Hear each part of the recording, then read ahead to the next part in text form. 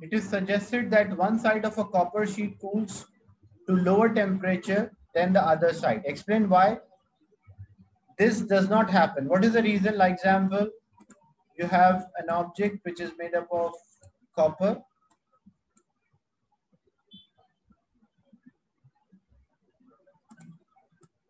and one side of the copper is dull, another side is shiny. This is a dull side, like example, if I supply heat energy, which side I will observe a greater change in temperature, dull side or the shiny side? The dull side, I will observe a greater change in temperature because it's a good absorber. Shiny is a good reflector. But what we observe, because what happened, this is a piece of copper, and inside the copper there is a lattice of the positive ion and the delocalized electrons. So what happened, when the dull side will absorb energy, because copper is a conductor, so that will transfer energy to the shiny side as well. So as it will transfer energy to the shiny side, the temperature of this whole object will be same. For this object, the left-hand side temperature will not be different from right-hand side. Why? Because it's a copper, and copper is a conductor, a metal is there, which will transfer energy within the metal. So there is a transfer energy within the metal. If there were two pieces, like example, if I was having two separate pieces of copper and one piece is dull black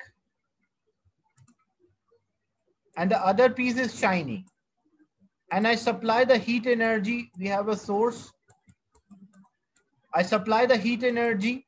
So what I will observe, if originally temperature for a dull black was 20 and for shiny also 20, but when I supply heat energy, the dull black temperature will rise more, maybe it rises to 25 and the shiny temperature rises to 22. But when it is the same material, just for a same material, I painted, in this example, they are not in contact. So when they're not in contact, the piece of copper which is having a dull black surface will absorb more energy, so show a greater change in temperature. But what happened if we have one piece of copper, and this one piece of copper I shaded, or I shade one side as dull black, another one is shiny. So what happened? The dull side, when it will absorb energy, because dull side will absorb greater amount of energy, and this is a piece of copper.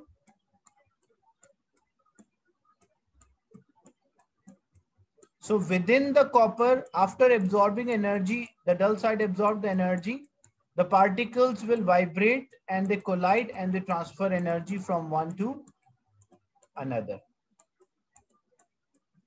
So in this case, the temperature of the left-hand side and right-hand side will be same. Why it will be same? Because there is an energy transfer within the copper, as the copper is a good conductor of heat energy. But in this example, why the temperature are different? Because there is no connection between the dull black copper and the shiny copper surface. Is it clear?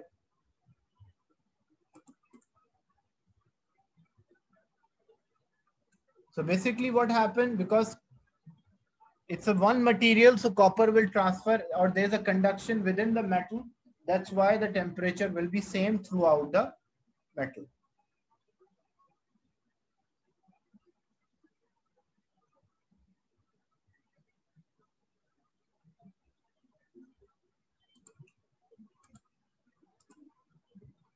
In 6A1, why her hands are not heated by convection? Because the particles of air, when the air particle absorb energy, air particle will rise. So as the air particle will rise, so hot energetic molecule will rise up, not move sideways. The hot air does not move sideways, it always rises up. So that's why the convection cannot heat up her hand. Why there is no conduction? Because she's not in contact with this copper sheet, or air is not a good conductor. Air does not conduct heat energy. So the second part, why her hands are not heated by conduction? Because she's not touching the metal plates, or you can mention the air is between the plate and the hand, and air is not a good conductor.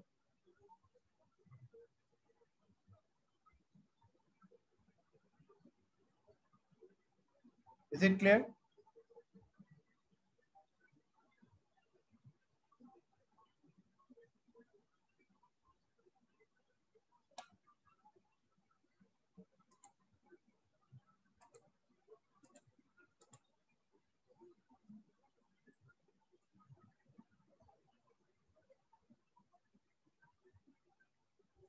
In question number 9, equal volume of nitrogen. Nitrogen is a gas, water is a liquid, and copper is a solid. And you supply heat energy. Which one expands the most?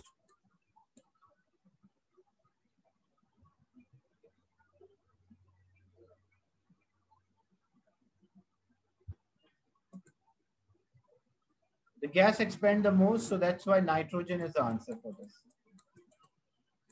And explain your answer in terms of way molecules are arranged in three substances.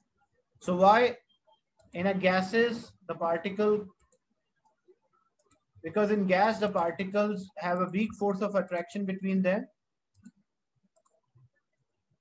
And due to this, in copper or solid, the particles are tightly packed together, but in liquid, the molecules are less tightly packed and a small separation is there between them. And in gases, the particles are free to move. That's why it expands the most. Any other doubt in this exercise 2 of thermometer and method of heat transfer?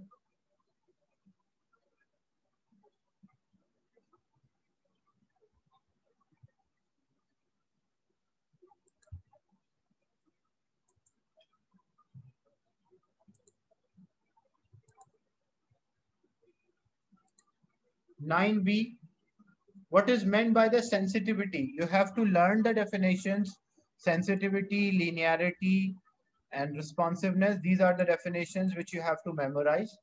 So the term sensitivity means there is a greater change in length or amount of a liquid for every 1 degree change in temperature. So if there's a greater change in the amount of liquid, like if it was 20, it changes to 21, the temperature changes from, so amount of liquid which is changed, or volume of a liquid which is changed, this one. And you have another thermometer. This is a capillary. The temperature changes from 20 to 21. So which thermometer is sensitive? A or B?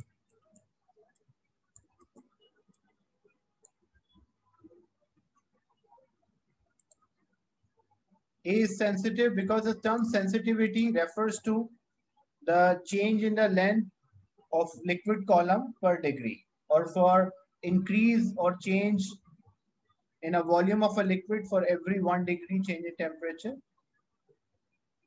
or movement of the liquid in a column for every 1 degree. And the term linearity means equal change in length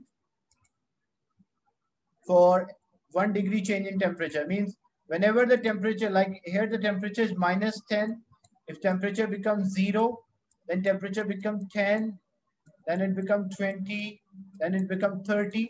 So when there's an equal gap between the, for every 1 degree change in temperature, there's equal gap in the marking. We call that as a linearity of a thermometer or a linear scale. Is it clear?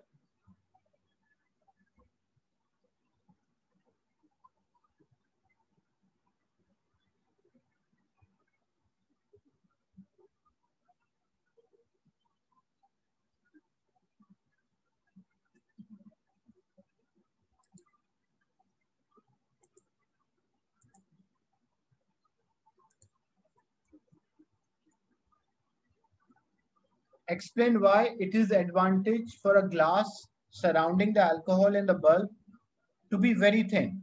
So if you use a thin glass bulb, what is the advantage of using a thin glass bulb? Because if it is a thick glass, it will take more time for energy to conduct heat energy.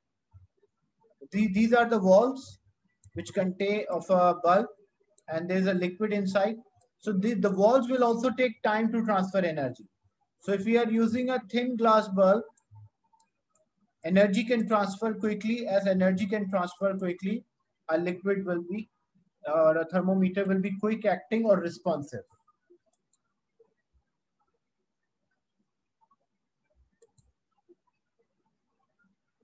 Quick acting and responsive having a same meaning.